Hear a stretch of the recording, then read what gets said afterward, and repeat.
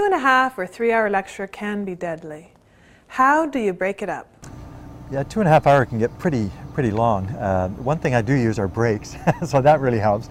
But it would be interspersing direct instruction, maybe through a lecturette or something like that, with an activity, maybe a case discussion or problem that they've got to work on, something like that.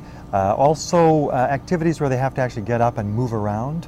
So there's some physical movement as well. That can also help a lot. Small group work often does that. Where they can work in small groups and then they come back to the plenary group to report what their discussions or findings were. Perhaps an experiential exercise.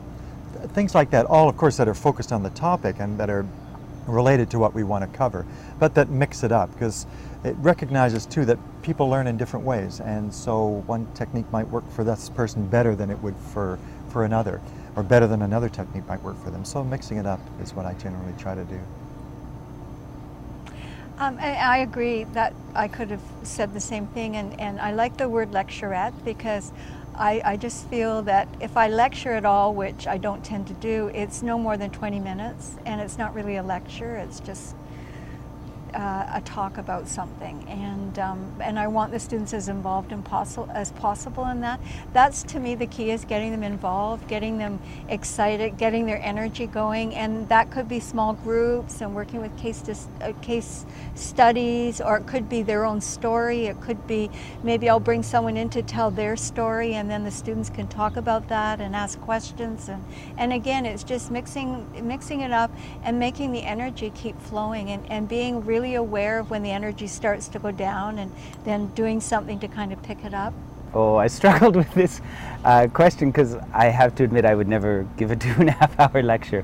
Just the kind of teaching that I do, I would have lots of experiential activities. So then I tried to think, okay, if I was giving a 2.5 hour lecture, what would I do? And I guess maybe some kind of fun things like spot quizzes, suddenly saying, okay, everybody pull out a piece of paper, write 1 to 10, now list the names of 10 famous people that I've talked about in my lecture, or something like that. Or maybe you're in teams, you've got 30 seconds each, come up with as many scientific formulas that I taught as you can in those 30 seconds. So just some things that, again, signal to students that they need to actually be present during the class and paying attention, because they're going to actually do something with the information that I'm sharing with them. Yeah, and I'm like you. I don't do any 2.5 hour lectures. But if I have a class that's that length and I have a lot of material to cover, I'll just probably use different instructional techniques. Some group work, perhaps. The only time that I have classes that are this long usually is a night class, and that can be a real challenge, because most students have spent the day working, and then they often had to dash up to campus to get to class on time. They may or may not have eaten a reasonable dinner, and they're tired. And so if I have that block of time, I will make sure that several times through the class there will be a break, and they will have opportunities to get up and move around, like physically move around the classroom. So number people off, all the ones go to this corner and all the twos to that corner, just something to physically get up and move. And I'll have them do that maybe 2 or 3 times.